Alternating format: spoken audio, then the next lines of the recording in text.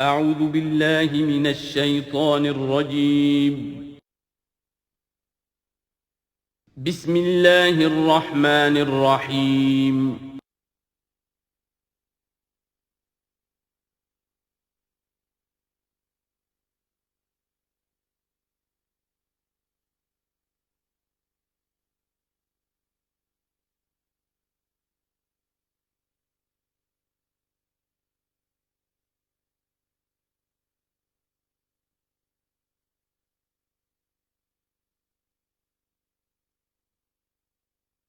اعوذ باللہ من الشیطان الرجیم بسم اللہ الرحمن الرحیم یا ایھا الذین آمنوا اذکروا اللہ ذکرا کثیرا وسبحوہ بکرۃ واصیلا هو الذی یصلی علیکم وملائکتہ لیخرجکم من الظلمات الی النور وکان بالمؤمنین رحیما صدق اللہ العظیم۔ اہل ایمان اللہ کا ذکر کیا کرو کثرت کے ساتھ۔ ذکر کثیر سے مراد کیا ہے؟ کہ انسان کسی بھی حال میں ہو اللہ کو یاد رکھے۔ پنجابی میں ایک کہاوت ہے، ہتھ کارول دل یارول۔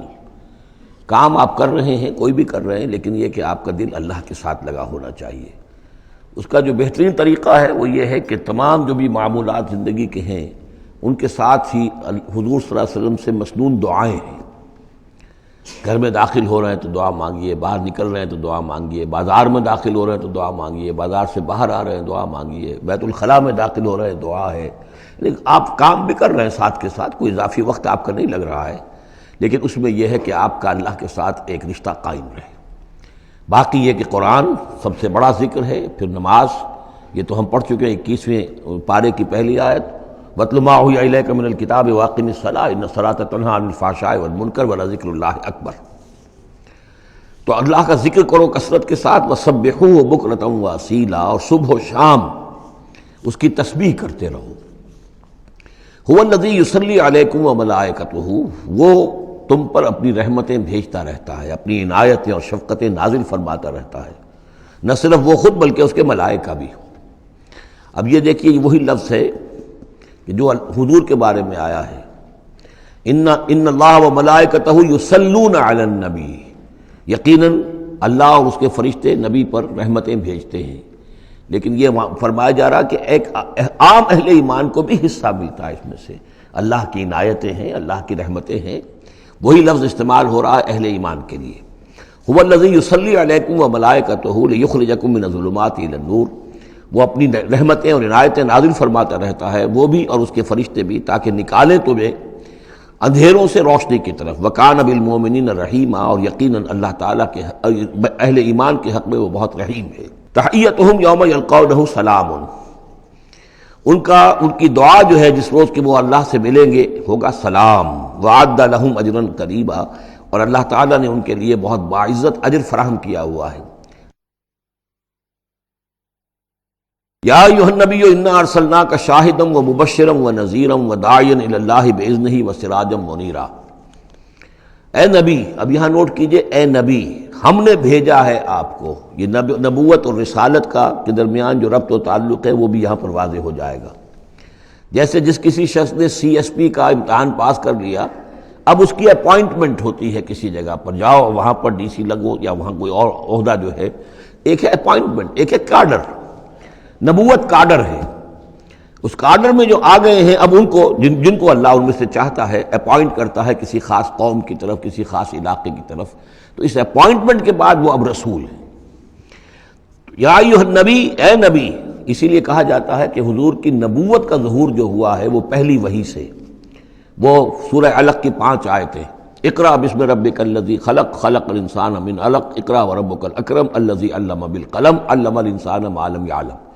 اب ان 5 آیتوں میں کہیں تبلیغ کا حکم نہیں ہے، یہاں سے نبوت کا تو آغاز ہو گیا، لیکن یہ کہ رسالت کا آغاز ہوا ہے جب آپ کو تبلیغ کا حکم آیا، یا ایھا المدثر قم فانذر وربک فکبر۔ اب یہاں سے رسالت کا آغاز ہوا، تو نبوت اور رسالت کے اس فرق کو ذہن میں رکھیں۔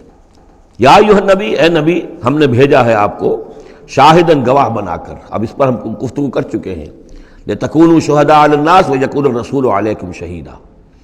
اور لیکون الرسول شہیدا علیکم وتکونوا شہداء علی الناس، سورہ بقرہ میں آیت آئی اور سورہ حج میں آ چکی ہے۔ اور مبشر اور نذیر، بشارت دینے والے، خبردار کرنے والے، یہ تو بہت مرتبہ آ چکا ہے، جمع کے صیغے میں، واحد کے صیغے میں۔ وَدَاعِيًا إِلَى اللَّهِ بِإِذْنِهِ، اللہ کی طرف بلانے والے اس کے حکم سے۔ یعنی ایک داعی اور بھی ہوتا ہے جو اللہ کا کوئی بندہ ہے، کوئی صوفیاء میں سے ہے، کوئی اللہ کا نیک آدمی، وہ بھی لوگوں کو بلا رہا ہے اللہ کے راستے کی طرف، لیکن نبی رسول کا کام یہ ہو جاتا ہے کہ وہ اس پر مامور ہے کہ وہ بلائے۔ اس میں زمین و آسمان کا فرق ہے کہ ایک ہے کہ حفظان صحت کے اصولوں پر تمام شہریوں کو جو ہے اس پہ خیال رکھنا چاہیے، عمل کرنا چاہیے، گلیوں میں گندگی نہ ہو، یہ نہ ہو، وہ نہ ہو، یہ تو گویا کہ اصول شہریت میں سے ہے۔ ایک محکمہ ہے جو قائم کیا گیا اسی کام کے لیے، وہ تو مامور ہیں، وہ تو تنخواہ اسی کی لیتے ہیں، لہذا وہ ہم وقت اسی کام کے اوپر لگے ہوئے ہیں۔ تو اسی طریقے سے دفاع وطن ہے، ویسے تو ہر شہری کا فرض ہے کہ اس کے لیے اپنے آپ کو ہر وقت تیار رکھے، لیکن ایک فوج آپ نے تیار کی ہوئی ہے جو اسی کام کے لیے۔ تو رسول تو گویا کہ وہ پھر داعی اللہ بِإِذْنِهِ، ہی اللہ کے حکم سے معمور من اللہ ہو کر پھر وہ جو ہے دعوت دیتا ہے۔ وَسِرَاجًا مُنِيرًا، اور آپ کو ایک بہت روشن چراغ بنا دیا، چراغ ہدایت۔ وَبَشِّرِ الْمُؤْمِنِينَ بِأَنَّ لَهُم مِّنَ اللَّهِ فَضْلًا كَبِيرًا، اور اہل ایمان کو آپ بشارت دے دیجئے کہ ان کے لیے اللہ کی طرف سے بہت بڑا فضل ہے۔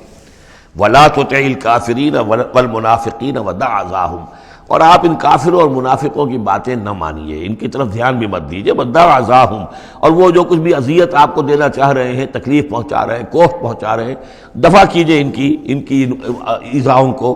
وَتَوَکَّلْ عَلَى اللَّهِ، اللہ تعالیٰ پر توکل کیجیے۔ وَكَفَىٰ بِاللَّهِ وَكِيلًا، اللہ کافی ہے آپ کے لیے سہارا اور آپ کی مدد کرنے کے لیے اللہ کافی ہے، یہ کچھ نہیں بگاڑ سکیں گے۔ جو چاہیں اسکینڈلز اٹھا لیں، جو چاہیں آپ کے خلاف سازشیں کر لیں، آپ کا بال بیکا نہیں کر سکیں گے۔ یا ایھا الذین آمنوا اذا نکحتم المؤمنات ثم طلقتموہن من قبل ان تمسوہن، اب ایک حکم یہاں پر طلاق کے ضمن میں بھی آ رہا ہے۔ پہلے آ چکا ہے کہ اگر نکاح ہو چکا ہے کسی سے اور کوئی مہر مقرر نہیں ہوا تھا، لیکن پھر بھی طلاق اگر دے دی ہے تو بہرحال اسے کچھ نہ کچھ مہر جو ہے وہ اس کو کچھ نہ کچھ دے دلا کے رخصت کرنا چاہیے۔ اور اگر ملاقات سے قبل نکاح دی ہے، طلاق دے دی ہے اور مہر مقرر ہو چکا تھا تو آدھا مہر دینا ہوگا۔ اب یہاں مسئلہ آ رہا ہے عدت کا۔ یا ایھا الذین آمنوا، اہل ایمان، اذا نکحتم المؤمنات، جب تم مومن خواتین سے نکاح کرو، ثم طلقتموہن من قبل ان تمسوہن، پھر کوئی سبب ایسا ہو جائے کہ اس سے پہلے کہ تمہاری ان سے ملاقات ہو، تم انہیں چھو، انہیں تم طلاق دے دو، فما لکم علیہن من عدۃ تعتدونہا، تو پھر تمہارا کوئی حق نہیں ہے کہ وہ عورت جو ہے عدت کرے اور اس کو تم عدت پوری کرواؤ اس لیے کہ تمہاری ملاقات ہی نہیں ہوئی، کوئی سوال ہی پیدا نہیں ہوتا کہ اس کے رحم میں کوئی بچہ جو ہے اللہ تعالیٰ نے اس کو تخلیق فرما دیا ہو۔ لہذا عدت تو اس لیے ہوتی ہے کہ یہ بات پوری طریقے سے واضح ہو جائے کہ اس معاملے میں سابق شوہر سے کسی کے اس کے وطن میں کوئی کسی کا حمل نہیں ہے۔ وَمَتِّعُوهُنَّ، تو انہیں کچھ دے دلا کر رخصت کرو، وَسَرِّحُوهُنَّ سَرَاحًا جَمِيلًا، اور اپنے ہاں سے رخصت کرنا ہو تو بڑی خوبصورتی کے ساتھ رخصت کرو۔ یا ایھا النبی انا احللنا لک ازواجک اللاتی آتیت اجورہن، اے نبی ہم نے آپ کے لیے حلال ٹھہرایا ہے آپ کی ان تمام ازواج مطہرات کو جنہیں آپ نے باقاعدہ مہر دیا ہے۔ وما ملکت یمینک، اسی طرح جو آپ کی ملک یمین ہے، بانیاں ہیں، لونڈیے ہیں۔ مما افاء اللہ علیک، جو اللہ تعالیٰ نے آپ کو فے کے طور پر دے دی ہوں، جیسے آپ کو معلوم ہے کہ یہ ماریہ قبطیہ جو آئی تھی رضی اللہ تعالیٰ عنہ، یہ بھی جو مقوقس تھا مصر کا اس وقت کا حکمران، اس نے ہدیے کے طور پر بھیجی تھی۔ وبنات عمک وبنات عماتک، اسی طرح آپ کے لیے نکاح کرنا جائز ہے اپنی چچا کی بیٹیوں سے اور اپنی پھپھیوں کی بیٹیوں سے، وبنات خالک، اور اپنے ماموں کی بیٹیوں سے، وبنات خالاتک، اپنی خالاؤں کی بیٹیوں سے، اللاتی ہاجرن معک، جنہوں نے آپ کے ساتھ ہجرت کی ہے۔ وامرأۃ مومنۃ، اسی طرح ایک مومن عورت وہ بھی آپ کے لیے حلال ہے کہ آپ اس سے نکاح کریں۔ ان وہبت نفسہا للنبی، اگر وہ ہبہ کر دیتی ہے اپنا نفس نبی کو، یعنی وہ مہر بھی نہیں مانگتی، وہ کہتی ہے کہ میں اپنے آپ کو ہبہ کر رہی ہوں۔ ان اراد النبی ان یستنکحھا، اگر نبی کا ارادہ ہو کہ وہ ان سے نکاح کرے۔ خالصۃ لک من دون المؤمنین، یہ جو ہے رعایت آپ کو دی گئی ہے تمام اہل ایمان سے علیحدہ رکھ کر، یعنی تمام اہل ایمان کے لیے زیادہ زیادہ 4 کی قید ہے، لیکن آپ کے لیے یہ سب جو آپ کے گھروں میں آباد ہیں یہ سب جائز ہیں، ان میں سے کسی کو بھی آپ طلاق نہیں دیں گے، اور 4 کی جو قید ہے وہ آپ پر نہیں ہے۔ قد علمنا ما فرضنا علیہم من ازواجہم، ہمیں خوب معلوم ہے کہ ہم نے عام مسلمانوں پر کیا کیا چیزیں ان کی بیویوں کے ضمن میں فرض کی ہیں، لازم کی ہیں۔ کہ ایک وقت میں 4 سے زیادہ کا نکاح نہیں ہو سکتا۔ وما ملکت ایمانہم، اسی طریقے سے جو ان کی لونیاں مانیاں ہیں ان کے بارے میں بھی ہم نے کیا کیا قواعد و ضوابط کا انہیں پابند کیا ہے، لکہ لا یکون علیک حرج، تاکہ آپ پر کوئی تنگی نہ ہو، وکان اللہ غفور الرحیم، اللہ غفور الرحیم ہے۔ اصل میں حضور کا جو تعدد ازدواج کا معاملہ اس میں کئی مصلحتیں تھیں۔ ایک مصلحت تو یہ بھی تھی، مثلا یہ کہ حضرت عائشہ صدیقہ رضی اللہ تعالیٰ عنہ سے نکاح کی جو مصلحت سب سے بڑی یہ سامنے آتی ہے کہ ان کا وہ بیوہ ہو گئی ہیں جبکہ ابھی جوان تھی، وہ 18 برس کی عمر تھی جبکہ بیوہ ہو گئی ہیں، لیکن انہیں پھر طویل وقت ملا ہے، وہ معلمہ امت بن گئی ہیں۔ خواتین کے لیے تو وہی معلمہ ہے، جو بھی زن و شو کے تعلقات ہوتے ہیں اس میں خواتین آ کر مسئلہ پوچھتی تھی تو ام المومنین صدیقہ رضی اللہ تعالیٰ انہیں بتاتی تھی۔ تو طویل امت، اس لیے کہ امت کے لیے تعلیم کا کوئی اور نظام تو نہیں تھا۔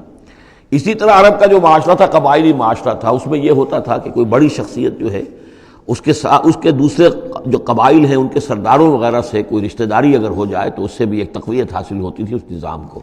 تو یہ مختلف اسباب سے حضور کے لیے خاص طور پر یہ رعایت جو ہے کی گئی ہے کہ جو عام مسلمانوں کے لیے نہیں ہے۔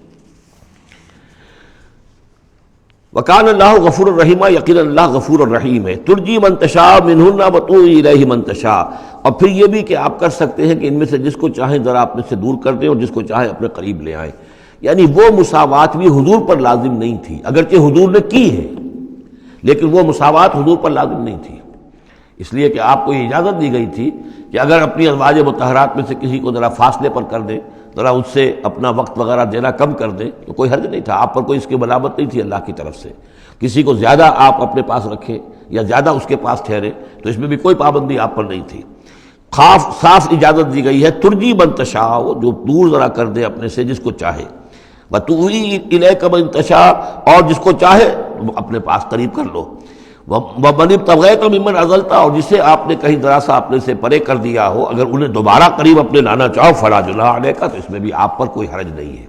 ذالک ادنی ان تقر اعینہن، یہ زیادہ قریب تر ہے اس سے کہ ان کی آنکھیں بھی ٹھنڈی رہیں، ولا یحزن، اور وہ رنجیدہ نہ ہوں، یعنی ایسا نہ ہو کہ کسی اپنی زوجہ محترمہ سے آپ ذرا زیادہ دیر کے لیے جو ہے وہ دور رہیں، ایسا بھی نہیں ہونا چاہیے، ان کی بھی آنکھوں کی ٹھنڈک رہنی چاہیے۔ وَيَرْضَيْنَ بِمَا آتَيْتَهُنَّ كُلَّهُنَّ، اور تاکہ وہ سب کی سب راضی رہیں ان چیزوں سے جو آپ انہیں دیتے ہیں۔ حضور کا معاملہ یہ تھا کہ آپ نے کامل مساوات برتی ہے، ناپ تول کے ساتھ، نان نفقہ سب کا برابر، وقت اپنا سب کے ساتھ برابر، باریاں مقرر ہیں اور باریوں پر ہی آپ سب شب باشی فرماتے تھے، آج ان کے پاس ہے، کل ان کے پاس ہے، پرسوں ان کے پاس ہے۔ ایک وقت آپ نے رکھا تھا جب مدینے میں آپ ہوتے تھے تو عصر اور مغرب کے درمیان چند منٹ کے لیے، 5-5 7-7 منٹ کے لیے آپ سب کے ہاں ہو آتے تھے تاکہ سب سے اس روز کی ملاقات ہو جائے۔ باقی یہ ہے کہ شام کو شب باشی، ظاہر بات ہے رات کو کہ ایک کے ہاں ہوتی تھی، اور ہر چیز کے اندر جو ہے حضور نے صلی اللہ علیہ وسلم پوری مساوات کی ہے۔ اور اس پر بھی آپ کہتے تھے اللہم ھذا قسمی فیما املک، اے اللہ جو چیزیں میرے اختیار میں ہیں، جن میں ناپ تول ہو سکتا ہے اس میں تو میں نے برابر کی تقسیم کر دی ہے، فلا تلمنی فیما تملک ولا املک، تو اللہ مجھے اس پر ملامت نہ ہو کہ جو میرے اختیار میں نہیں بلکہ تیرے اختیار میں، یعنی میرا دلی رجحان اگر ان میں سے کسی ایک طرف زیادہ ہے تو ظاہر بات ہے انسان کو اس کے اوپر اختیار نہیں ہے، اور یہ سورہ نساء میں آ بھی چکا ہے کہ یہ معاملہ تو تم چاہو بھی تو اس میں تمہارے لیے ممکن ہی نہیں ہے کہ اس قلبی رجحان کو بھی برابر تقسیم کر سکو، یہ تمہارے اختیار میں نہیں ہے، تو ظاہر بات ہے اس کے اوپر اللہ تعالیٰ کی طرف سے بات کچھ بھی نہیں ہے۔ واللہ یعلم ما فی قلوبکم، اللہ جانتا ہے جو کچھ کہ تمہارے دلوں میں ہے، وکان اللہ علیما حکیما، اللہ علیم اور حکیم ہے۔ لا یحل لک النساء من بعد، لیکن اب اس کے بعد جتنے بھی نکاح آپ کر چکے ہیں اب آپ کے لیے کوئی اور نکاح کرنا جائز نہیں ہے۔ یہ صورتحال بس اب فل سٹاپ لگ گیا ہے، اب نہ تو ان میں سے کسی کو آپ طلاق دیں گے اور نہ ہی مزید کوئی شادی کریں گے۔ ولا ان تتبدل بہن من ازواج، اور نہ یہ کہ آپ ان میں سے کسی کی جگہ کسی اور کو لائیں گے۔ ولو اعجبک حسنہن، خواہ آپ کو وہ بہت پسند بھی آئی ہو، اگر کسی خاتون کی طرف آپ کی رغبت ہو بھی گئی ہو بربنائے طبع بشری، تو اب آپ کو مزید نکاح کی اجازت نہیں ہے۔ دیکھیے قرآن مجید صاف صاف بات کرتا ہے، خود حضور نے صاف بات کی ہے، مجھے تمہاری اس دنیا سے 2 ہی چیزیں پسند ہیں یا شاید 3 چیزیں پسند ہیں، ایک تو یہ کہ خوشبو پسند ہے، ایک عورتیں مجھے پسند ہیں۔ تو جو آپ نے اس میں قطعاً کوئی آپ نے جھجک نہیں رکھی کہ جو باتیں ہیں، جو بھی فطرت ہے انسان کی اور جو بھی اللہ تعالیٰ نے بنائی ہے اس کے مطابق، تو آپ نے فرمایا کہ مجھے تو دلچسپی ہے، کوئی شک نہیں۔ وَلَوْ أَعْجَبَكَ حُسْنُهُنَّ، اگرچہ کوئی آپ کو زیادہ ہی پسند آ جائے، لیکن یہ کہ اب آپ کو اجازت نہیں ہے نکاح کی، الا ما ملکت یمینک، سوائے اس کے کہ جو آپ کی باندھی ہو، کوئی لوڈی ہو، کسی جنگ میں اگر وہ معاملہ ہو جاتا ہے تو اس کا معاملہ علیحدہ ہے، یہ نکاح کا معاملہ ہے۔ حضور کے ہاں دو لونڈیاں ہیں، ماریہ قبطیہ اور ایک حضرت ریحانہ رضی اللہ تعالی عنہما۔ وکان اللہ علی کل شیء رقیبا، اللہ تعالیٰ ہر چیز پر نگران ہے، ہر چیز کا پہرہ دے رہا ہے۔ یا ایھا الذین آمنوا لا تدخلوا بیوت النبی الا ان یؤذن لکم، اب دیکھیے جو ہم سورہ نور میں پڑھ آئے ہیں کہ اے مسلمانوں تم کسی گھر کے اندر داخل نہ ہو جب تک کہ تمہیں حتی تستانسوا ویؤذن لکم، اور اجازت نہ تمہیں مل جائے اور تم ان سے جو ہے پہلے بات چیت کرو، اذن لے کر داخل ہو۔ یہ سورہ نور میں آیت نمبر 27 اور 28، حتی تستانسوا، اور 28 میں آیا یؤذن لکم۔ لیکن یہ اس سے پہلے حکم آ رہا ہے، یہ حکم بھی سب سے پہلے نبی کے گھر کے بارے میں آیا، جیسا کہ میں بتا چکا ہوں یہ سن 5 کا نزول ہے، وہ سن 6 کا نزول ہے، پھر اس کو ایکسٹینڈ کیا ہے تمام مسلمانوں پر۔ یا ایھا الذین آمنوا، اہل ایمان مت داخل ہو جایا کرو نبی کے گھروں میں، الا ان یؤذن لکم، الا یہ کہ تمہیں اجازت دی جائے، الی طعام غیر ناظرین اناہ، کھانے کے لیے اگر تمہیں بلایا جائے تو ایسا نہ ہو کہ پہلے ہی جا کے دھرنا مار کر بیٹھ جاؤ کہ کھانا تیار ہو رہا ہے تو بیٹھے ہوئے ہیں وہاں۔ ولیکن اذا دعیتم فادخلوا، جب تمہیں بلایا جائے تب داخل ہو، فاذا طعمتم فانتشروا، جب کھانا کھا لو تو پھر وہاں سے منتشر ہو جاؤ، چلے جاؤ۔ ولا مستانسین لحدیث، اور وہاں بیٹھ نہ رہو، وہ ڈیرا جما کر کے اب حضور کی باتیں سنیں گے، کچھ گفتگو ہوگی تو بیٹھے رہیں۔ ان ذالکم کان یؤذی النبی، یہ چیز نبی کے لیے ایذا کی باعث تھی، انہیں تکلیف پہنچا رہی تھی۔ وہی جو پرائیویسی ہے گھر کی، اب اس میں یہ ہے کہ کوئی آ گیا ہے اور دھرنا مار کے بیٹھا ہوا ہے، اور حضور کی مروت ہے، حضور شرافت کی وجہ سے کچھ کہہ بھی نہیں سکتے ہیں، اور ظاہر بات ہے وہ کوئی ایک کنال کے اور ایک ایکڑ کے گھر تو تھے نہیں، وہ چھوٹا سا کوئی ایک حجرہ ہے۔ اب اسی میں بعض اوقات ایسا ہوتا تھا کہ حضرت عائشہ کے حجرے میں کوئی شخص آ گیا ملنے کے لیے، اس نے اذن چاہا تو حضور نے بلا لیا، تو حضرت عائشہ ذرا پیٹھ موڑ کر بیٹھ گئیں، اپنی کمر ادھر کر دی، کوئی چادر اوپر لے لی، اور کہاں جگہ تھی وہاں پر، وہیں پر آ کر وہ شخص آ کے اپنی بات کرتا تھا پھر چلا جاتا تھا۔ تو فرمایا کہ یہ چیزیں جو ہے یہ یقیناً تکلیف باعث بن رہی تھی۔ ان ذالکم کان یؤذی النبی فیستحیی منکم، تو وہ تو تم سے حیا کرتے ہیں، کہہ نہیں سکتے کچھ۔ واللہ لا یستحیی من الحق، اللہ کو حق کے بیان کرنے میں کوئی جھجک نہیں ہے۔ وَإِذَا سَأَلْتُمُوهُنَّ مَتَاعًا فَاسْأَلُوهُنَّ مِنْ وَرَاءِ حِجَاب، اب یہ پہلی مرتبہ لفظ حجاب آیا ہے قرآن میں۔ جب تمہیں نبی کی بیویوں سے کوئی چیز مانگنی ہو تو پردے کی اوٹ سے مانگو۔ یہ گویا کہ اس پردے اور حجاب کے لیے پہلا حکم آیا ہے کہ دروازوں کے اوپر پردے ڈال دیے جائیں، اور یہ کہ پردے کے پیچھے سے رو در رو ہو کر نہیں، ایک دوسرے کے آمنے سامنے ہو کر نہیں، پردے کے پیچھے سے مانگو۔ یہاں سے حجاب کا سلسلہ اب شروع ہوا۔ ذالک اطہر لقلوبکم وقلوبہن، یہی زیادہ پاکیزہ طرز عمل ہے تمہارے دلوں کے لیے بھی، ان کے دلوں کے لیے بھی۔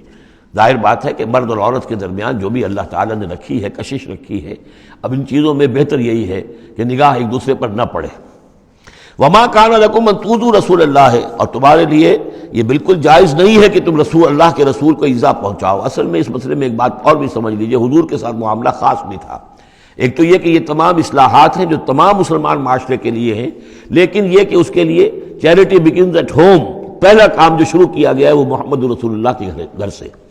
لیکن ایک دوسرا مسئلہ بھی ہے کہ جو منافق تھے اور ان میں سے جو شریر تھے، وہ طاق میں رہتے تھے کہ کوئی اسکینڈل اٹھائیں حضور صلی اللہ علیہ وسلم کے گھر کے بارے میں۔ ما کان لکم ان تؤذوا رسول اللہ، تمہیں یہ تمہاری روا نہیں ہے کہ اللہ کے رسول کو تم ایذا پہنچاؤ۔ ولا ان تنکحوا ازواجہ من بعدہ ابدا، یہاں وہ روک لگا دی، اور نہ یہ جائز ہے تمہارے لیے کہ تم اس کی بیویوں سے ان کے بعد نکاح کرو کبھی بھی۔ یہ بین، چونکہ ویسے بھی وہ ازواجہ امہاتہم، اس کی جو بیویاں ہیں حضور کی، وہ تو تمہاری اہل ایمان کی مائیں ہیں، وہ ایک درجہ وہ بھی آ گیا۔ اب خاص صراحت کے ساتھ بھی کہہ دیا ولا ان تنکحوا ازواجہ من بعدہ ابدا، حضور کی ازواج کے لیے چونکہ اس کا کوئی امکان نہیں تھا، اسی لیے حضور کسی کو طلاق نہیں دے سکتے تھے۔ طلاق دیں تو ظاہر بات ہے وہ کسی اور سے تو نکاح کر نہیں سکتی۔ یہی وجہ ہے کہ تعدد ازدواج کا معاملہ حضور کے لیے زیادہ ایکسٹینڈ کر دیا گیا۔ ان ذالکم کان عند اللہ عظیما، اور یہ چیز اللہ کے نزدیک بہت بڑی ہے۔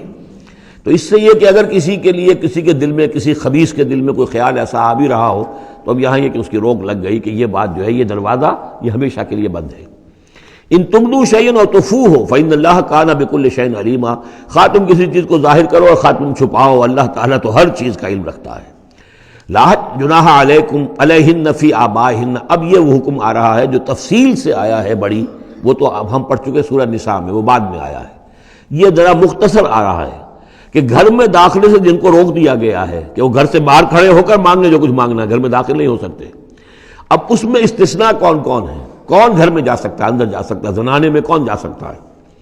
لا جناح علیہن، کوئی حرج نہیں ہے نبی کی بیویوں پر، فی آبائہن، ان کے باپوں کے بارے میں، حضرت عمر آئیں حضرت حفصہ کے گھر میں کوئی رکاوٹ نہیں، حضرت ابو بکر آئیں حضرت عائشہ کے گھر میں کوئی رکاوٹ نہیں، ولا ابنائہن، نہ ان کے بیٹوں کے بارے میں، ولا اخوانہن، نہ ان کے بھائیوں کے بارے میں، ولا ابناء اخوانہن، نہ ان کے بھائیوں کے بیٹے یعنی بھتیجوں کا، ولا ابناء اخواتہن، اور نہ ان کی بہنوں کے بیٹے یعنی بھانجوں کا، ولا نسائہن، اور نہ ہی ان کی اپنی جان پہچان والی عورتوں کا، ولا ما ملکت ایمانکم، اور جو غلام یا جو لونڈیاں ہیں، اور اکثر و بیشتر اہل سنت کے نزدیک یہاں صرف لونڈیاں مراد ہیں، ان کے بارے میں ٹھیک ہے وہ گھر میں داخل ہوں۔ گویا کہ یہ جو تفصیلی آیت آئی ہے سورہ نساء میں، اس کا یہ نیوکلیس جو ہے جو شروع میں، وہ یہ ہے جو سورہ احزاب کے اندر، یہ مختصر ہے، مزید اس میں پوری فہرست کر کے اس کو مکمل کر دیا ہے کہ یہ ہے محرم، اور جو محرم ہے وہ محرمات ابدیہ ہیں، ان سے کبھی بھی کسی بھی حالت میں نکاح ہو ہی نہیں سکتا اس عورت کا۔ باقی یہ ہے جتنے بھی مرد ہیں وہ نامحرم ہیں، وہ باہر رہیں گے، کوئی چیز مانگنی ہے پردے کے اوٹ سے مانگیں گے، یہ ان کا معاملہ رہے گا، اور گھر میں داخل ہوں گے اگر تو عورت پردہ کرے گی، جیسے کہ حضرت عائشہ کا میں نے آپ کو طریقہ بتایا، یا اگر کہیں 2 کمرے ہیں تو عورت کسی اور کمرے میں جائے گی، اور وہ جو ہے وہ کسی اور کمرے میں آئیں گے۔ یہ طریقہ ہے اسلامی معاشرت کا، مسلمانوں کی طرز رہائش کا۔ واتقین اللہ، اور اے نبی کی بیویوں ڈرتی رہو اللہ سے، ان اللہ کان علی کل شیء شہیدا، یقیناً اللہ تعالیٰ ہر چیز پر گواہ ہے۔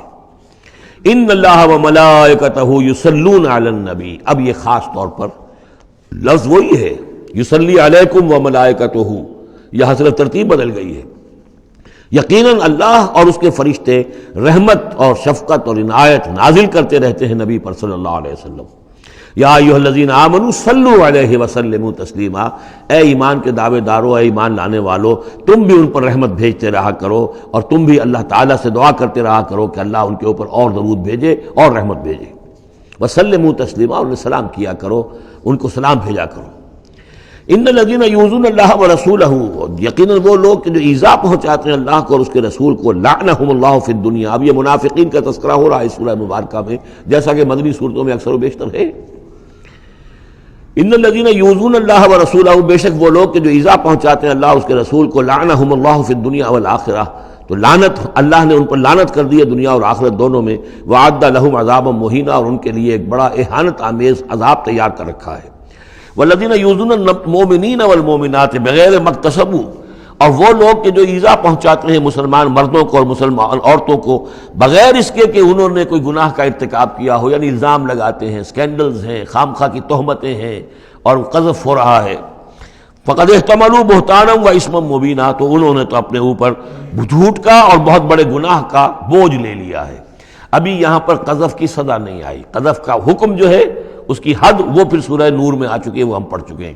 80 درے لگائے جائیں، 80 کوڑے، اگر کوئی شخص کسی مسلمان خاتون کے اوپر زنا کا الزام لگائے اور پھر 4 گواہ پیش نہ کر سکے، 80 کوڑے لگیں گے۔ یا ایھا النبی قل لازواجک وبناتک ونساء، اب یہ پردے کا اگلا حکم آ رہا ہے۔ ایک تو یہ کہ گھر میں رہو، گھر پہ پردہ ہونا چاہیے، نامحرم پردے کی اوٹ سے بات کرے، جو بھی ضروری بات ہے وہ پردے کی اوٹ سے کرے، روح کر نہ کرے۔ لیکن اب مسئلہ آتا ہے کہ عورت گھر سے باہر نکلے تو کیا ہو؟ آخر ظاہر بات ہے اگرچہ اصولی اعتبار سے عورت کا مقام اس کا گھر ہے، لیکن پھر بھی ضرورت ہو سکتی ہے وہ باہر جائے ضرورت کے تحت، تو اس میں کیا حکم ہے؟ یا ایھا النبی قل لازواجک وبناتک ونساء المؤمنین، اب یہاں پر دیکھیے ایکسٹینڈ کر رہے ہیں ترتیباً، اے نبی کہہ دیجئے اپنی بیویوں سے اور اپنی بیٹیوں سے اور اہل ایمان کی خواتین سے۔ یہ گویا کہ اب اصلاح کا دائرہ جو ہے نبی کے گھر سے نکل کر اب باہر آ رہا ہے تمام اہل ایمان کے لیے۔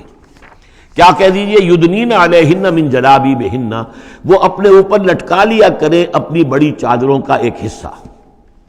دیکھیے جیسا کہ میں نے اس وقت بھی عرض کیا تھا سورہ جب ہم نور پڑھ رہے تھے کہ عرب میں لباس کا یہ اور خواتین کی لباس کا یہ 2 جز تھے، ایک اوڑھنی ہوتی تھی جو گھر میں اوڑھتی تھی، وہ جیسے اب بھی ہمارے یہاں اوڑھنے کا تصور ہے، اس کو کہتے ہیں خمار، اور خمرہن لفظ آیا ان کی جمع جو ہے خمرہن، ولیضربن بخمرہن علی جیوبہن، وہ اپنی ان اوڑھنیوں کا بکل مار لیا کریں اپنے سینوں پر. یہ گھر کے اندر ہوگا. باہر جب نکلتی تھی تو بڑی چادر لے لیتی تھی، اور جو جتنی شریف گھرانے کی ہوتی تھی اتنی ہی وہ اپنے آپ کو اس میں لپیٹ لیتی تھی، لیکن چہرے کے اوپر نہیں ڈالتی تھی. یہاں اس میں صرف یہ اضافہ کیا گیا ہے کہ اس کا ایک حصہ اپنے چہروں پر لٹکا لیا کریں. یہاں سے نقاب کا تصور پیدا ہوا ہے، جو ہمارے ہاں بعض جگہ پر جو ہے خاص طور پہ فرنٹیئر کے علاقے میں اب بھی ہے، وہ چادر لیتی ہیں خواتین، لیکن چادر کا جو حصہ ہے وہ ان کے چہرے کے آگے آیا ہوا ہوتا ہے. یا یہ کہ کسی طریقے سے بس صرف ایک آنکھ کھول کر، خاص طور پر ایران کے اندر اس کا بڑا رواج ہے، ان کو میں نے دیکھا ہے کہ یہ جو ہے اس قدر ایک چادر میں، بڑی چادر میں لپٹی ہوئی ہوتی ہیں دیہاتی خواتین. شہروں کے اندر تو نقشہ ذرا کچھ مختلف ہے. اب وہاں پہ چونکہ یہ بات تقریباً انہوں نے طے کر دی ہے کہ چہرے کا پردہ نہیں ہے، حالانکہ یہ غلط ہے. قرآن میں چہرے کا پردہ ہے. اس حوالے سے وہ جو کہا گیا کہ پردے کی اور سے ان سے بات کی جائے یا مانگا جائے، تو آخری اس کا مطلب یہ کہ چہرہ ہی تو ہے نا جس کو روکا جا رہا ہے. باقی گھر میں جو ازواج مطہرات بغیر لباس کے تو نہیں تھی معاذ اللہ، لیکن یہ کہ چہرے ہی کے پردے کے لیے کہا ہے کہ فَصَلُوهُنَّ مِن وَرَاءِ حجاب، اور حجاب کا لفظ چل رہا ہے اسی کے لیے. لیکن یہ کہ اب یہ حکم دیا گیا کہ آپ ایک چادر کو، جو چادر لے کے آپ نکلتی ہی ہیں باہر، جو بھی شریف خواتین ہیں، وہ چادر کو ذرا اپنے چہروں کے اوپر لٹکا لیا کریں. یہ جلباب کہلاتا تھا، بڑی چادر جو لے کر نکلتے تھے. تو ایک ہے خمار، اوڑھنی، جس کی جمع ہے خمرہن، خمر. ایک ہے جلباب، بڑی چادر، جس کی جمع ہے جلابیب، جلابیبہن. وہ اپنی بڑی چادروں کا ایک حصہ اپنے سامنے لٹکا لیا کرے چہرے کے. ذالک ادنیٰ ان یعرفنا، یہ بہتر ہے اور نزدیک تر ہے اس سے کہ ان کو پہچان لیا جائے کہ یہ شریف گھرانے کی خواتین ہیں. کیونکہ وہاں لونڈیاں باندیاں جو ہوتی تھیں ان کے ہاں وہ رواج نہیں تھا. ابھی یہ جو گھر کی خاندانی خواتین ہیں ان کے ساتھ یہ بات شروع کی جا رہی ہے.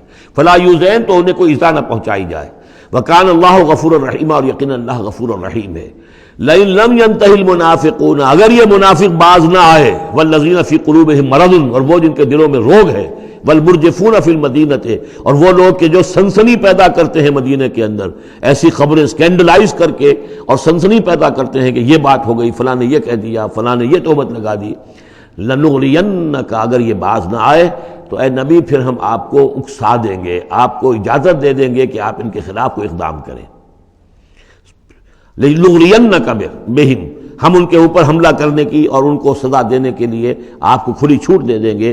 ثم لا یجاورونک فیہا الا قلیلا، پھر یہ شہر مدینہ کے اندر آپ کے پڑوسی بن کر نہیں رہ سکیں گے مگر یہ تھوڑا سا وقت جو یہ گزار رہے ہیں. ملعونین، ان پر پھٹکار ہے. اینما ثقفوا اخذوا وقتلوا تقتیلا، جہاں بھی یہ پائے جائیں، پکڑے جائیں اور قتل کیے جائیں، ٹکڑے کر دیے جائیں. لیکن یہ وہ حکم جو ہے یہ ایک اللہ تعالیٰ کی بیزاری اور شدت ناراضگی کا مظہر ہے. لیکن منافقین کے اعتبار سے کبھی اس طرح کا کوئی اقدام حضور کی سیرت میں ثابت نہیں ہے.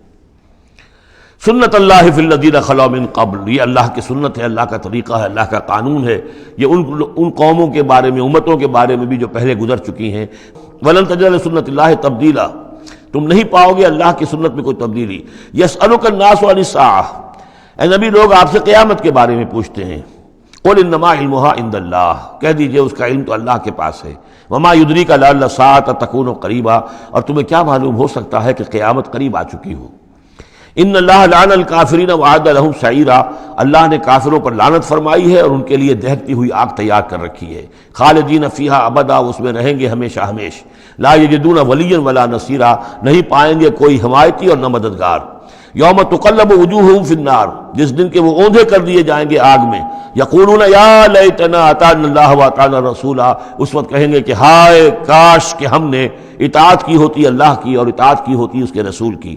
وقالوا ربنا انا اطعنا سادتنا وکبراءنا فاضلونا السبیلا، وہ کہیں گے اے اللہ ہم نے تو اپنے سرداروں اور اپنے جو بڑے چودھری تھے ان کی اطاعت ہم نے کی، ان کا کہنا مانا، ان کے کہے پر چلے، بس انہوں نے ہمیں صحیح راستے سے بھٹکا دیا. ربنا آتہم ضعفین من العذاب، اے اللہ ان کو دگنا عذاب دے. ولعنہم لعنا کبیرا، اور ان پر لعنت فرما بہت ہی بڑی لعنت. یا ایھا الذین آمنوا لا تکونوا کالذین آذوا موسیٰ وبرأہ اللہ مما قالوا، اہل ایمان ان لوگوں کے مانند نہ ہو جاؤ کہ جنہوں نے موسیٰ کو اذیت دی تھی. دیکھیں موسیٰ کو ایک اذیت تو وہ تھی جو ہم سورہ مائدہ میں پڑھائے ہیں کہ جب موسیٰ نے کہا علیہ الصلوۃ والسلام کہ اب اللہ کی راہ میں جنگ کرو، اور پوری قوم نے انکار کر دیا. ظاہر بات ہے کہ جو آپ پر بیزاری طاری ہوئی جس پر آپ نے کہا کہ رب انی لا املک الا نفسی واخی فافرق بیننا و بین القوم الفاسقین، تو اس سے اندازہ ہو رہا ہے کس قدر آپ کو تکلیف پہنچی ہے۔ ایک بات روایات میں آتا ہے کہ آپ پر کچھ جسمانی عیب بھی لگایا گیا تھا، وہ اپنی حیا اور شرم کی وجہ سے وہ اپنا لباس جو ہے وہ خاص طور پر اکثر و بیشتر کبھی بھی آپ عریان نہیں ہوتے تھے، جو ان کے ہاں جو رواج تھا ان میں یہ ہے کہ اتنا لحاظ نہیں رکھتے تھے، لیکن یہ کہ اب انہوں نے یہ کہنا شروع کر دیا کہ کوئی عیب ہے ان کے اندر جسمانی طور پر جس کی وجہ سے یہ اتنے شرم اور حیا کا مظاہرہ کرتے ہیں۔ بہرحال اللہ تعالیٰ نے اس کے لیے ایک سبیل پیدا کی، ایک لمبا قصہ ہے کہ جو احادیث میں موجود ہے۔ تو فرمایا تو اب یہ ہے ذاتی قسم کی ایذا، اور میں سمجھتا ہوں کہ وہ حدیث جو اندر جو واقع ہے وہ صحیح ہے، اس لیے کہ یہاں بھی ذاتی قسم کی ایذا ہے جس کا تذکرہ ہو رہا ہے کہ حضور کو حضور کے ازواج مطہرات کے حوالے سے کوئی اس طرح کا سکینڈل اٹھا کر جو ہے تو تکلیف، جیسے کہ سورہ نور میں ہم پڑھ آئے ہیں کہ کس قدر دن آپ پر سخت گزرے ہیں وہ، جبکہ حضور حضرت عائشہ پر جو ہے وہ تہمت لگائی گئی تھی۔ تو یا ایھا الذین آمنوا لا تکونوا کالذین آذوا موسیٰ، ان لوگوں کے مانند نہ بن جاؤ کہ جنہوں نے موسیٰ کو اذیت دی تھی، فبرأہ اللہ مما قالوا، تو اللہ تعالیٰ نے انہیں بری ثابت کیا، ان کی ثابت کر دیا کہ ان میں وہ عیب نہیں ہے جو انہوں نے ان پر لگایا تھا۔ وکان عند اللہ وجیہا، اور وہ تو اللہ کے نزدیک بہت وجیح انسان تھے، صاحب حیثیت، صاحب وجاہت۔ یا ایھا الذین آمنوا اتقوا اللہ وقولوا قولا سدیدا، اہل ایمان اللہ کا تقوی اختیار کرو اور بات کرو سیدھی، خاص طور پر یہ گھریلو زندگی کے اندر، چونکہ یہ معاملات ہو رہے ہیں تو یہ کہ گھریلو زندگی میں خاص طور پر انسان جو ہے زبان کا استعمال جو ہے اس میں محتاط رہے۔ یصلح لکم اعمالکم، اللہ تعالیٰ تمہارے سارے اعمال درست کر دے گا، ویغفر لکم ذنوبکم، اور اگر کبھی کسی نسیان یا کسی جذبات کے رو میں کوئی غلطی ہو جائے گی تو اللہ تعالیٰ تمہاری خطائیں بخش بھی دے گا۔ وَمَن يُطِعِ اللَّهَ وَرَسُولَهُ فَقَدْ فَازَ فَوْزًا عَظِيمًا، اور جو کوئی بھی اللہ اور اس کے رسول کی اطاعت پر کاربند ہو گیا اس نے تو بہت بڑی کامیابی حاصل کر لی۔ یہ دو آیتیں جو ہیں، یا ایھا الذین آمنوا اتقوا اللہ وقولوا قولا سدیدا یصلح لکم اعمالکم ویغفر لکم ذنوبکم ومن یطع اللہ ورسولہ فقد فاز فوزا عظیما، یہ بھی حضور نے خطبہ نکاح میں شامل کی تھی، جیسے سورہ نساء کی پہلی آیت، یا ایھا الناس اتقوا ربکم الذی خلقکم من نفس واحدۃ وخلق منها زوجها وبث منهما رجالا کثیرا ونساء واتقوا اللہ الذی تساءلون به والارحام ان اللہ کان علیکم رقیبا، ایک وہ آیت، دو یہ، اور ایک آیت سورہ آل عمران کی، یا ایھا الذین آمنوا اتقوا اللہ حق تقاتہ ولا تموتن الا وانتم مسلمون۔ انا عرضنا الامانۃ علی السماوات والارض والجبال، ہم نے امانت کو پیش کیا آسمانوں پر اور زمین پر اور پہاڑوں پر، فابین ان یحملنها، تو ان سب نے انکار کر دیا اس کو اٹھانے سے، واشفقن منها، اور اس سے ڈر گئے، وحملها الانسان، انسان نے اسے اٹھا لیا، انه کان ظلوما جہولا، یقیناً وہ نادان بھی تھا اور ظالم بھی تھا، یعنی اپنے آپ پر ظلم کیا اتنی بڑی امانت سنبھال کر۔ اب یہ امانت کون سی ہے، اس پر بہت سے اقوال ہیں تفسیری، اب ظاہر بات ہے کہ یہاں ان میں سے کون سا کہ کیا دلیل ہے، کسی کے حق میں کیا دلیل ہے، میں جس کو رد کر رہا ہوں کیوں کر رہا ہوں اس کا موقع نہیں ہے، لیکن میرے نزدیک اور مجھے اس پر جزم ہے، پوری طریقے سے وثوق ہے، اس امانت سے مراد ہے روح، یہ عالم امر کی شے ہے، اور لا کر عالم خلق، یہ ہمارا وجود حیوانی جو ہے یہ عالم خلق کی شے ہے، عالم امر کی شے کو بطور امانت عالم خلق کے اس وجود کے اندر امانت کے طور پر رکھا گیا ہے، یہ اللہ کی امانت ہے، وَنَفَخْتُ فِيهِ مِن رُوحِي، اپنی روح میں سے پھونک دوں تمہارے اندر، تو یہ ہے امانت، بہت عظیم امانت ہے۔ عالم امر میں آپ کو بتا چکا ہوں صرف فرشتے اور ارواح انسانیہ، یہ عالم امر کی چیز ہے، انہی کی جو کمیونیکیشن ہے وہی اس کو بھی امر کہا گیا ہے، عالم امر کی شے ہے۔ باقی جتنے بھی ہیں، یہ جنات ہوں یا جو بھی حیوانات ہیں، ہمارا بھی جو جسد حیوانی ہے وہ جو ہے عالم خلق کی شے ہے، اور یہی شے ہے اصل میں وہی جس کی بنا پر کہ انسان مسجود ملائک بنا ہے، یہ جو روح ہے اسی کی بنا پر مسجود ملائک ہے، اسی کے بنا پر خلافت ملی ہے، اسی کے بنا پر وحی کا یہ محبت بنا ہے کہ وحی اس کو آ سکتی ہے، جنات کے ہاں وحی نہیں ہے، ان میں روح نہیں ہے، وحی نہیں ہے، کوئی نبی جنات میں نہیں بھیجا گیا، بلکہ انسانوں ہی میں جو نبی آئے انہی کی پیروی جو ہے وہ جنات بھی کرتے رہے۔ اور یہ جو روح کے بھوکے جانے سے پہلے یہ کیفیت تھی، وہ تھا ظلوم اور جہول، یہ میں سمجھتا ہوں کہ انسان کا جو حیوانی وجود ہے جو میں نے کئی مرتبہ سے پہلے بیان کیا، اس میں تو کمزوری ہے، خلق الانسان من عجل، خلق الانسان ضعیفا، انسان جو ہے وہ تو اس کی فطرت، اس کی خلقت کے اندر جلدی عجلت پسندی بھی ہے، انسان کمزور پیدا کیا گیا ہے، یہاں ظلوم اور جہول کہا جا رہا ہے۔ اگر تو صرف حیوان انسان ہوتا اور اس میں روح خدا بندی نہ پھونکی گئی ہوتی تو ظلوم اور جہول تھا، لیکن روح خدا بندی پھونکے جانے کے بعد اب صورت وہ نہیں ہے، اسی لیے فرمایا گیا والتین والزیتون وطور سینین وہذا البلد الامین لقد خلقنا الانسان فی احسن تقویم ثم رددناہ اسفل سافلین۔ ہم نے پیدا کیا انسان کو تو سب سے پہلے پیدا کیا تھا ارواح کی شکل میں، وہ احسن تقویم بلند ترین رتبے کی شے، لیکن پھر اسے لوٹا دیا ہے نچلوں میں سب سے نیچے، یعنی جنات سے بھی نیچے چلا گیا انسان۔ کیوں چلا گیا؟ کہ اس کا یہ جسد حیوانی جو ہے ان سے کمتر ہے، اس میں یہ ڈال دی گئی روح۔ تو یہ ہے وہ امانت میرے نزدیک، واللہ عالم۔ لِيُعَذِّبَ اللَّهُ الْمُنَافِقِينَ وَالْمُنَافِقَاتِ، اس امانت ہی کا اب یہ ظہور ہوگا۔ اس کا نتیجہ کیا نکلے گا؟ جو اس امانت کا حق ادا کرے گا اس کے لیے اللہ تعالیٰ کے لیے روح و ریحان و جنت نعیم۔ جو اس امانت میں خیانت کرے گا، اس کا حق ادا نہیں کرے گا، وہ حیوانی بن کر رہ جائے گا، حیوانی خواہشات اور حیوانی ہی داعیات ہی کا تابع فرمان بن کر رہ جائے گا۔ اس نے گویا کہ خیانت کی اس امانت میں، اس کے لیے لِيُعَذِّبَ اللَّهُ الْمُنَافِقِينَ وَالْمُنَافِقَاتِ وَالْمُشْرِكِينَ وَالْمُشْرِكَاتِ، تاکہ نتیجہ یہ نکلے کہ اللہ عذاب دے منافق مردوں کو، منافق عورتوں کو، اور مشرک مردوں کو اور مشرک عورتوں کو۔ وَيَتُوبَ اللَّهُ عَلَى الْمُؤْمِنِينَ وَالْمُؤْمِنَاتِ، اور اللہ تعالیٰ عنایت فرمائے اور معاف کرے اور توبہ قبول کرے اور توبہ کی توفیق دے اہل ایمان مردوں کو بھی، اہل ایمان عورتوں کو بھی۔ وَكَانَ اللَّهُ غَفُورًا رَحِيمًا، یقیناً اللہ تعالیٰ غفور اور رحیم ہے۔ یہ جو چوتھا گروپ تھا مکی اور مدنی صورتوں کا وہ یہاں ختم ہوا، 8 مکیات اور 1 مدنی صورت۔ اب 5واں گروپ شروع ہو رہا ہے، اس میں 13 ہیں مکی صورتیں اور پھر 3 آئیں گی مدنی صورتیں۔ لیکن یہ جان لیجئے کہ اب جو مدنی صورتیں آئیں گی وہ چھوٹی چھوٹی ہیں، زیادہ زیادہ 4 رکوع، اکثر و بیشتر 2 رکوع۔ یہ جو بڑی مکیات تھیں وہ تقریباً مدنیات جو ہیں وہ ختم ہو چکی ہیں۔ سورہ بقرہ، سورہ آل عمران، سورہ انفال۔ ترتیب کیا ہے؟ پہلے سورہ بقرہ ہے، پھر سورہ انفال ہے، پھر سورہ آل عمران ہے، پھر سورہ نساء ہے، پھر سورہ نور ہے، پھر سورہ احزاب ہے، پھر سورہ نور ہے، پھر سورہ مائدہ ہے۔ یہ ہے طویل، جو سائزیبل اور طویل مدنیات ہیں۔ باقی چھوٹی جو ہے وہ ان کے بین بین ان کے درمیان آتی رہی ہیں۔ جیسے سورہ صف جو ہے وہ بھی سورہ احزاب کے ساتھ ہی متصل نازل ہوئی ہے۔ سورہ محمد ہے وہ بھی سورہ بقرہ کے ساتھ متصل نازل ہوئی ہے، وہ بھی غزوہ بدر سے پہلے پہلے نازل ہوئی ہے۔ تو چھوٹی صورتوں کا معاملہ جو ہے وہ علیحدہ ہو جائے گا، لیکن یہ کہ عام بڑی صورتوں کی ترتیب یہ ہے البقرہ اور پھر انفال، پھر آل عمران، پھر نساء، پھر یہ جو ہم نے ابھی ختم کی احزاب، اور پھر نور، اور پھر مائدہ۔ سورۃ سبا، بسم اللہ الرحمن الرحیم۔ اب نوٹ کر لیجئے یہ آخری مرتبہ 2 صورتیں قرآن میں آ رہی ہیں جو الحمدللہ سے شروع ہو رہی ہیں، تقریباً 7 8 پاروں کے فصل سے۔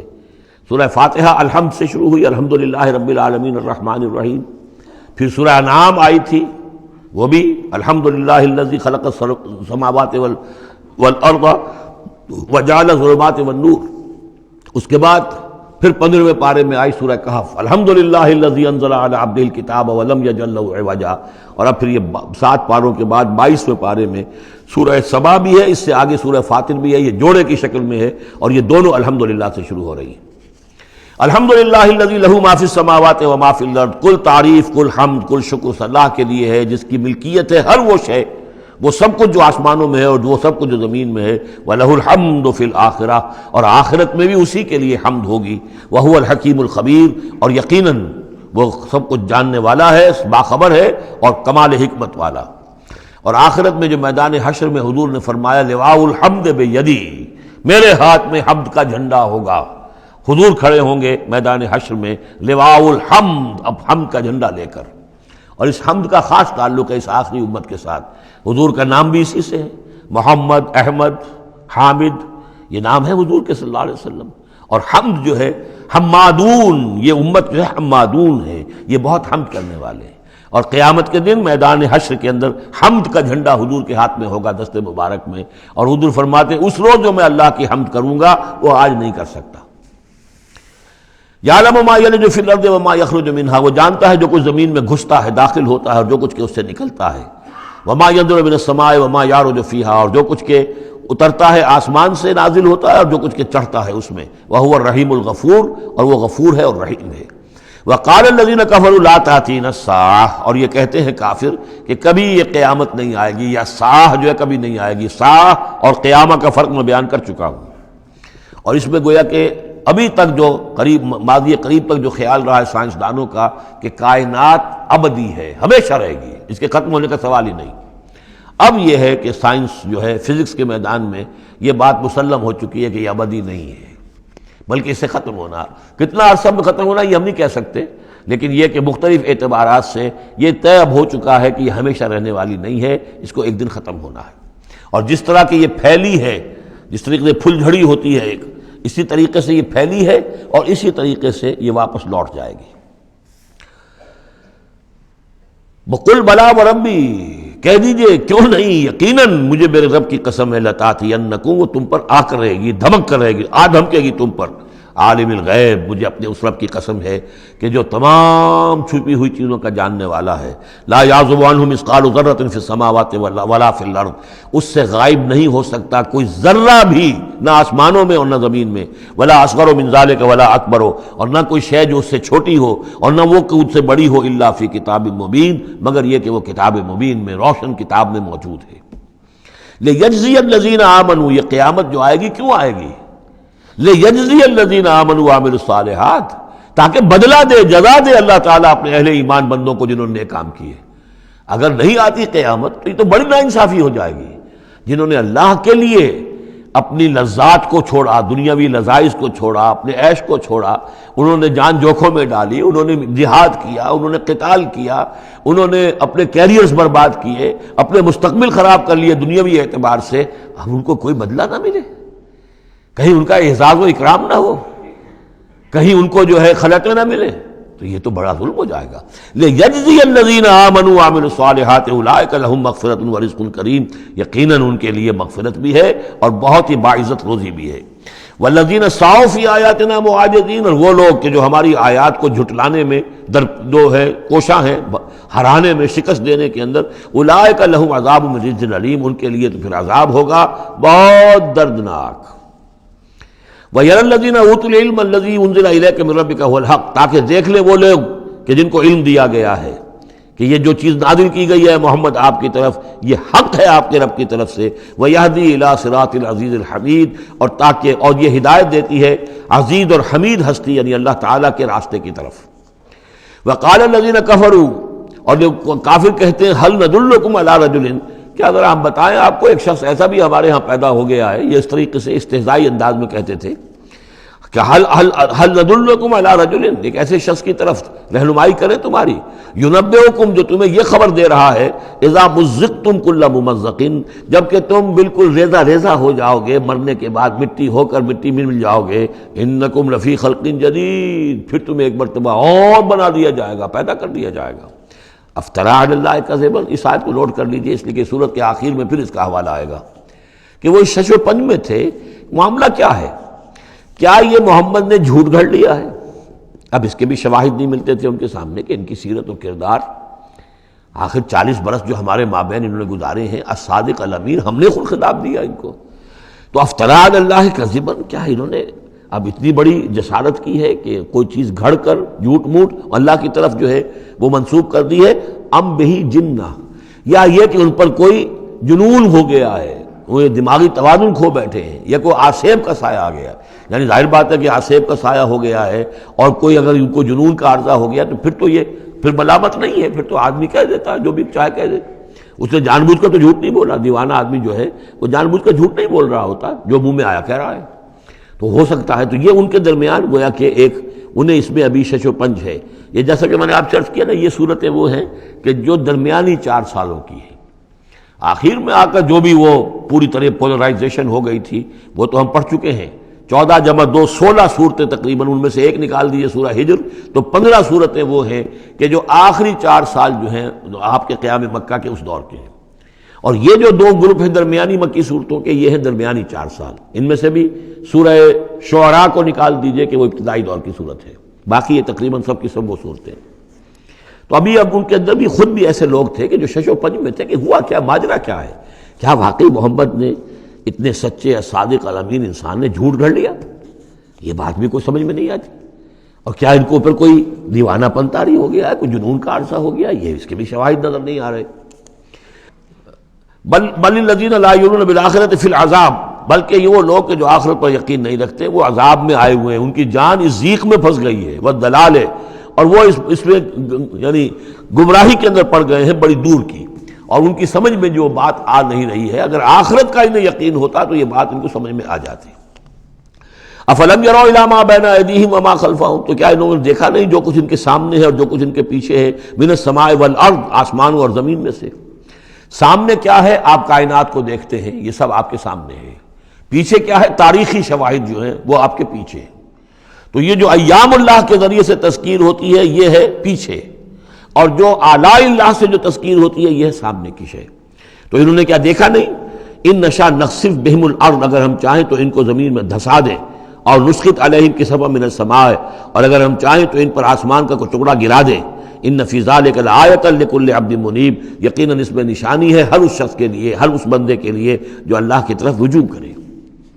وَلَقَدْ آتَيْنَا دَاوُودَ مِنَّا فَضْلًا، اور ہم نے داؤد کو، حضرت داؤد حضرت سلیمان دونوں کا ذکر آیا تھا اس سے پہلے سورہ نمل میں، لیکن وہاں حضرت داؤد کا ذکر بہت ہی مختصر پہلی آیت میں تھا، باقی سارا معاملہ پھر حضرت سلیمان کا تھا. لیکن یہاں اب ذرا حضرت داؤد علیہ السلام کی شخصیت کو زیادہ اور ان کا ایک واقعہ بیان کیا جا رہا ہے. وَلَقَدْ آتَيْنَا دَاوُودَ مِنَّا فَضْلًا، اور ہم نے داؤد کو اپنی طرف سے اپنے خاص خزانہ فضل سے بڑا فضل عطا کیا تھا. یا جبال اوبی معہ والطیر، اور ہم نے حکم دے دیا تھا پہاڑوں کو بھی اور پرندوں کو بھی کہ ان کے ساتھ آواز میں آواز ملا کر حمد کے ترانوں میں ان کے ساتھ شامل ہو جائیں. یہ تعویب کہتے ہیں ترجیح، لوٹانا. جیسے کہ کسی وقت کوئی گانا ہو رہا ہے تو گانے میں کوئی ایک بول ہوتا ہے جو بار بار آتا ہے، اور یہ کہ اس کو پھر بہت سے لوگ مل کر گاتے ہیں. کوئی ایک گانے والا ہے یا گانے والی ہے، عام گانا مین تو اس کا ہے، لیکن کوئی درمیان میں ایسی چیز آتی ہے کہ جس کو وہ سب کے سب مل کر آواز میں پھر اس کو دہراتے ہیں. یہ ہے تعویب.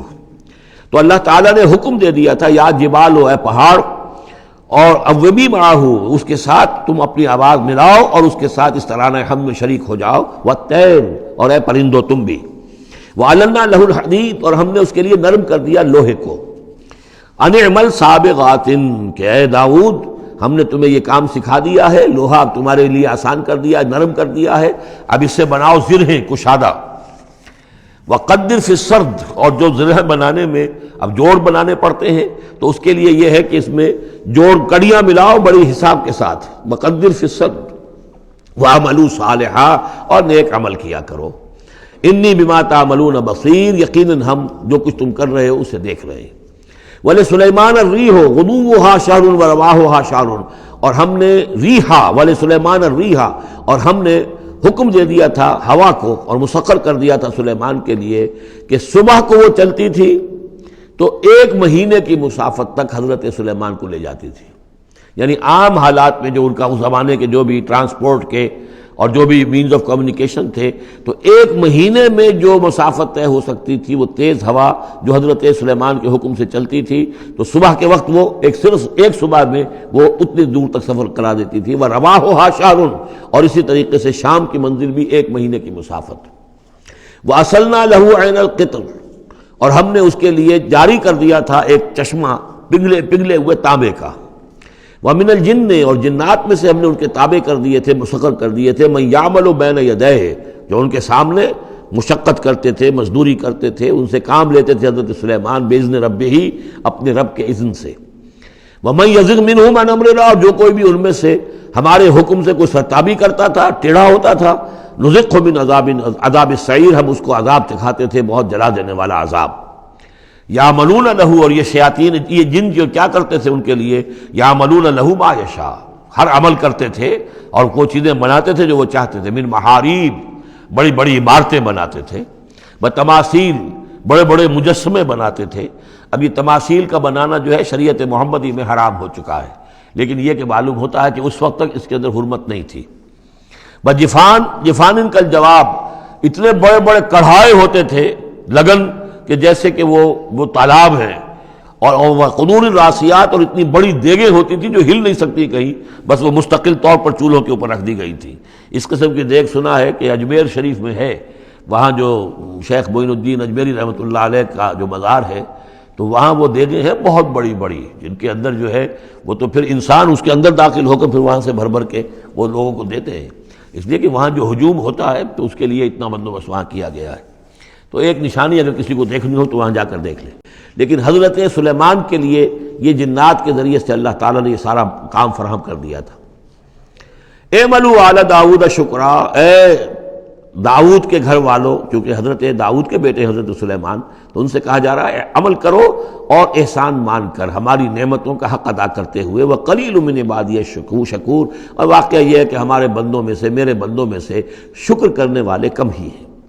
فلما قضینا علیہ الموت، جب ہم نے ان پر موت طاری کر دی، ما دلہم علی موتہ، تو ان جنات کو اس کی موت کی خبر نہ ہو سکی، نہیں مطلع کیا اس کی موت پر جنات کو، الا دابۃ الارض، مگر یہ جو گھن ہے دیمک، اس نے، زمین کا کیڑا، تاکل من ساعتہ، کہ وہ کھا گیا اس کو، اس کی وہ جو عصا تھا، وہ جان قبض ہو چکی ہے، انتقال کر گئے، لیکن وہ کھڑے رہے وہاں پر، اور جب وہ عصا جو ہے وہ دیمک چٹ کر گئی اور وہ عصا گرا، ٹوٹا، اور پھر حضرت جو سلیمان کی جو کا جسد جو ہے وہ گرا، تو انہیں معلوم ہوا۔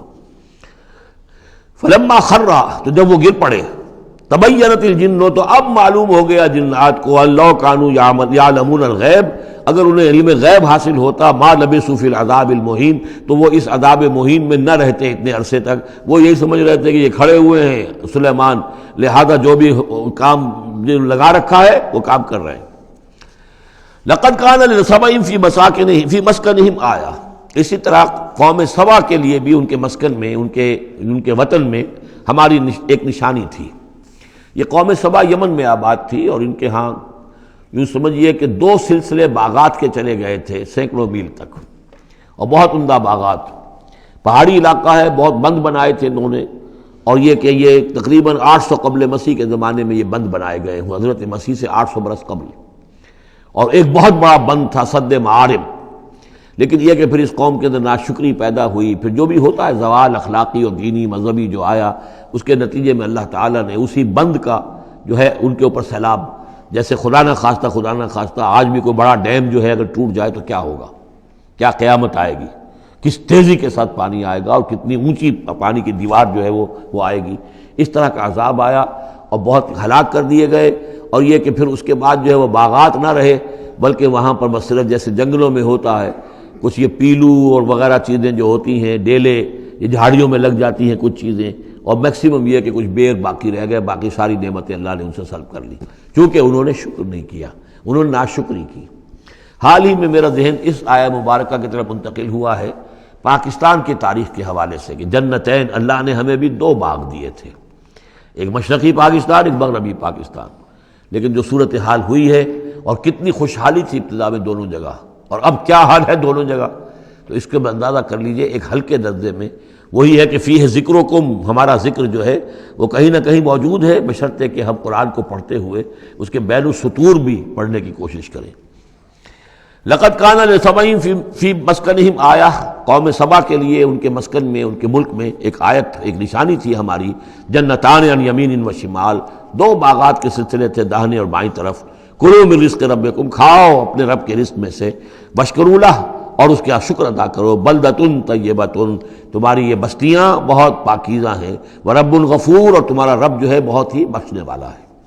فاعرضوا، انہوں نے اعراض کیا، فارسلنا علیہم سیل العرم، پھر ہم نے ان کے اوپر بہت زور کا سیلاب چھوڑ دیا، وبدلناہم، اور ہم نے پھر بدل دیے، بجنتیہم، ان کے ان 2 باغات جن میں ہر طرح کے انواع و اقسام کے پھل تھے، ان کی جگہ پر جنتین، 2 ایسے باغ، ذوات اوکل خمط، کہ کچھ کسیلے قسم کے اس میں کچھ پھل ڈیلے وغیرہ جو ہو جاتے ہیں جھاڑیوں کے اندر، وہ اصل، اور جھاؤ، وشیء من سدر قلیل، تھوڑا سا بس اگر کچھ رہ گیا تھا وہاں پر تو وہ تھی اگر کوئی اچھی چیز تو وہ کچھ بیر تھوڑے سے۔ ذالک جزیناہم، یہ ہم نے ان کو بدلہ دیا، بما کفروا، ان کے کفران نعمت کی وجہ سے، وہل نجازی الا الکفور، اور ایسا برا بدلہ ہم دیتے ہیں صرف انہی کو کہ جو ناشکرے ہوں۔ وجعلنا بینہم وبین القری التی بارکنا فیہا، اصل میں یہ ایسٹ ویسٹ ٹریڈ کا جو میں نے آپ کو بتایا معاملہ کہ یہ قریش کی ایک رہی ہے، ان کی اجارہ داری رہی ہے اس کے اوپر، اس سے پہلے اس قوم سبا کے پاس تھا یہی معاملہ۔ قوم سبا جو یمن میں یہ آباد تھے اور ان کا یہ سرسبز شاداب علاقہ بھی تھا، بہت خوشبویات یہاں پیدا ہوتی تھیں اور ہر طرح کی بڑی آسودگی تھی، اور بہت پرانے زمانے کے جو کچھ سیاح ہیں انہوں نے حالات بھی لکھے ہیں۔ تو اس حوالے سے لیکن یہ جو مشرق و مغرب کی ٹریڈ پوری ان کے پاس تھی، یعنی ہند چینی، ہندوستان چین، یہ سارا مشرق سے سارا سامان جو آتا تھا تجارتی وہ یمن کے ساحل پر آ گیا۔ ادھر یورپ سے سارا سامان جو آیا مرچنڈائز وہ آ گیا فلسطین کے ساحل پر، میڈیٹرینین کو کراس کیا فلسطین کے ساحل پر آ گیا۔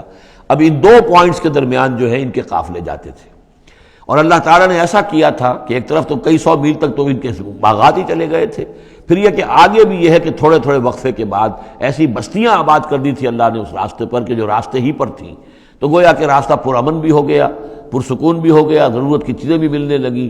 لیکن یہ کہ جب ان کے اندر گراوٹ آئی تو انہوں نے اس کی ناشکری کی، اللہ یہ کیا فائدہ، یہ سب ہے، اس میں تو کوئی جو ہے خاص ہمارے لیے ایڈونچر تو ہے ہی نہیں، تو کوئی دور کا سفر ہو، اس میں خطرے بھی ہوں، اس میں کوئی اندیشے بھی ہوں، تب لطف آئے سفر کرنے کا۔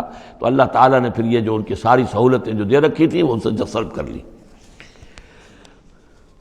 وَجَعَلْنَا بَيْنَهُ وَبَيْنَ الْقُرَى الَّتِي بَارَكْنَا فِيهَا، اور ہم نے ان کے مابین اور ان بستیوں کے مابین جن میں ہم نے برکت دی ہے، اب یہ وہ فلسطین کا علاقہ ہے، الَّذِي بَارَكْنَا حَوْلَهُ قُرًى ظَاهِرَةً، ہم نے بہت سی بستیاں ایسی بنا دی تھی اس پورے علاقے کے اندر کہ جو ان کے شاہراہ جو تھی تجارتی اس کے عین کناروں پر تھی، ظاہر تھی ان پر۔ وَقَدَّرْنَا فِيهَا السَّيْرَ، اور ہم نے اس میں اندازہ مقرر کر دیا تھا چلنے کا، سفر کرنے کا، گویا کہ ہر 30 میل بعد یا 50 میل کے بعد کوئی نہ کوئی ایسی آبادی ہے تاکہ انہیں وہاں پر سہولت ملے۔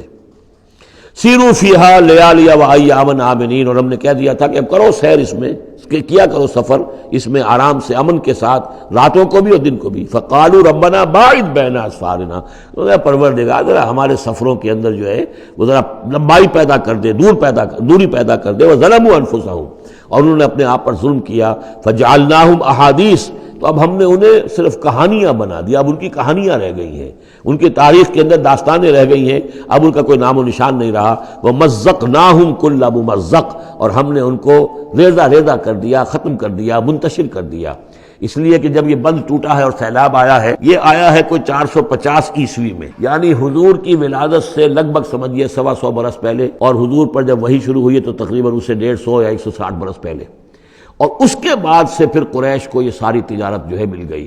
اب ان کے قافلے جاتے تھے شمال اور جنوب میں، یمن اور فلسطین کے مابین، تو اس لیے یہ زیادہ حضور صلی اللہ علیہ وسلم کی پیدائش سے اور آپ کے زمانے سے زیادہ پرانا واقعہ نہیں ہے۔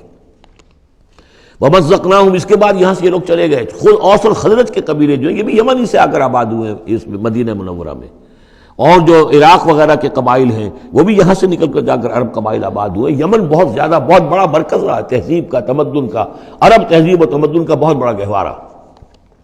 ان فی ذلک لآیات لکل صبار شکور، یقیناً اس میں نشانیاں ہیں ان لوگوں کے لیے جو صبر کرنے والے اور شکر کرنے والے ہیں۔ وَلَقَدْ صَدَّقَ عَلَيْهِمْ إِبْلِيسُ ظَنَّهُ، اور یقیناً ابلیس نے ان کے بارے میں اپنے اس گمان کو سچا کر دکھایا۔ فَاتَّبَعُوهُ إِلَّا فَرِيقًا مِّنَ الْمُؤْمِنِينَ، تو ان سب نے ہی پیروی کی اس ابلیس کی سوائے تھوڑا سا ایک جماعت اہل ایمان کی۔ وَمَا كَانَ لَهُ عَلَيْهِمْ مِّن سُلطان، لیکن اس ابلیس کو ان پر کوئی اختیار حاصل نہیں تھا۔ الا لنعلم من یؤمن بالآخرۃ، یہ تو ہم نے جو اس کو مہلت دے رکھی ہے کہ وہ ورغلائے، دھوکہ دے، سب باغ دکھائے، وہ بھی اس لیے تاکہ ہم دیکھ لیں، واضح ہو جائے کون ہے کہ جو آخرت پر یقین رکھتا ہے، ممن ہوا منہا فی شک، ان سے علیحدہ کر لیں ہم ان کو کہ جو آخرت کے بارے میں شک میں مبتلا ہے۔ وَرَبُّكَ عَلَىٰ كُلِّ شَيْءٍ حَفِيظٌ، اور یقیناً آپ کا پروردگار جو ہے وہ ہر چیز پر نگران اور نگہبان ہے۔ بارک اللہ لی ولکم فی القرآن العظیم ونفعنی وإیاکم بالآیات والذکر الحکیم۔